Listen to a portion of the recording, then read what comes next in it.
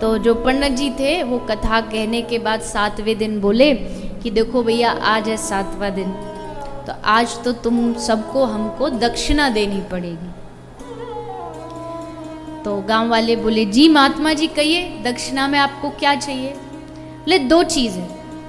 पहली दक्षिणा ये हो सकती है कि तुम कोई बुराई त्याग दो, कोई भी तुम्हारी बुराई हो, आहार की या कोई आदत बुरी हो वो त्याग दो। और अगर कोई कहे जी नहीं हमें तो कोई बुराई नहीं, तो एक कोई अच्छा संकल्प ले लो, एक कोई नियम ले लो, जो नियम तुम लेना चाहो कि आज से हम 16 माला करेंगे, आज से हम सुबह ब्रह्म मुहूर्त में ये करेंगे, कोई भी नियम जो तुम्हें अच्छा लगे।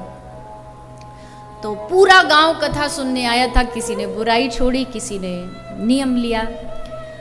पर एक सेठ जी थे गांव में, वो कथा में नहीं आते थे, अकेले बस नहीं आते थे, बाकी पूरा गांव कथा सुनने आता।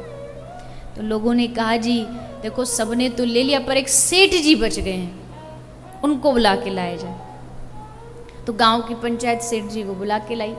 सेठ जी आ गए तो महात्मा जी ने कहा कि भैया कुछ त्यागो, कोई बुराई। तो सेठ जी बोले हम में है ही नहीं तो त्यागें कैसे? कुछ लोग होते हैं ना, उनको पता ही नहीं होता कि हमारे अंदर बुराई है, वो अपने मन में ही महात्मा बने होते हैं कि हम में है ही नहीं तो त्यागे क्या। महात्मा जी बोले अच्छा ठीक है, नहीं है तुम्हारे पास कोई बुराई तो चल, पर नियम ले लो कोई। नियम ले लो, नियम लेकर के क्या होगा? तो कुछ भी ले लो जो तुम्हारी इच्छा करे।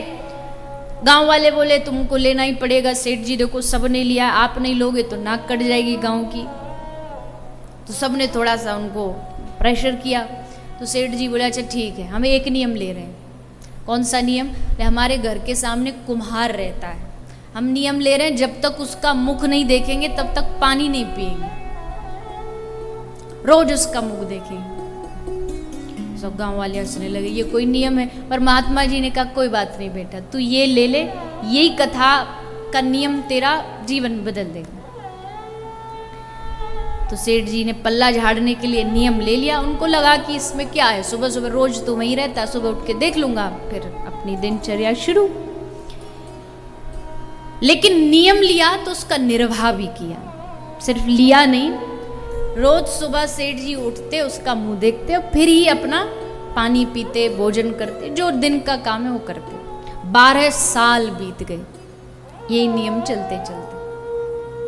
12 वर्ष एक दिन सेठ जी कहीं बाहर चले गए। दूसरे दिन जब आए तो सुबह के 11-12 बज गए।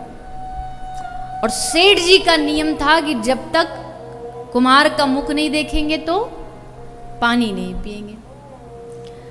अब सेठ जी भागे भागे आए दूसरे गांव से, जल्दी जल्दी, प्यास लग रही, भूख लग रही, क्या करे? कुम्हार का मुख देखने के लिए उसके घर गए तो पत्नी बोली सेठ जी कुम्हार जो है, पति जो था उसका, बोले वो तो पहाड़ पे गया है माटी लेने के लिए। अब सेठ जी भागे भागे बोले कम से कम मुंह ही तो देखना है, वहीं ऊपर से उसको देख के हाय हेलो कर देंगे, नियम तो नहीं टूटेगा कम से कम। अब सेठ जी आ गए। अब कुम्हार जब ऊपर माटी ले रहा था तो माटी लेते समय उसको एक घड़े में एक घड़ा मिला, और घड़े को जब कुम्हार ने खोला तो देखा घड़ा पूरा सोने चांदी से भरा हुआ था, हीरे मोती सोना चांदी। कुम्हार एकदम प्रसन्न हो गया, क्या बात है, आनंद आ गया, आज तो जीवन ही बदल गया। पर फिर सोच रहा इधर उधर देखूं, कोई देख तो नहीं रहा। तो उसने इधर देखा उधर देखा, कोई नहीं। इतने में नीचे से आवाज आई, सेठ जी ने आवाज लगाई और कुम्हार ने जैसे झांक के देखा तो क्या चिल्लाए सेठ जी, देख लिया देख लिया देख लिया। अब सेठ जी तो ये देख के चिल्लाए कि कुम्हार का मुख देख लिया। कुम्हार ने सोचा इसने घड़ा देख लिया। अब कुम्हार घबराया, तो भागा भागा आया, बोले क्या देख लिया? बोले जो देखना था देख लिया, अब हम जा रहे हैं। बोले देख लिया भैया, सेठ जी एक ने भी, जो देख लिया उसको किसी से कहना मत। सेठ जी बोले मतलब? बोले मतलब 50-50।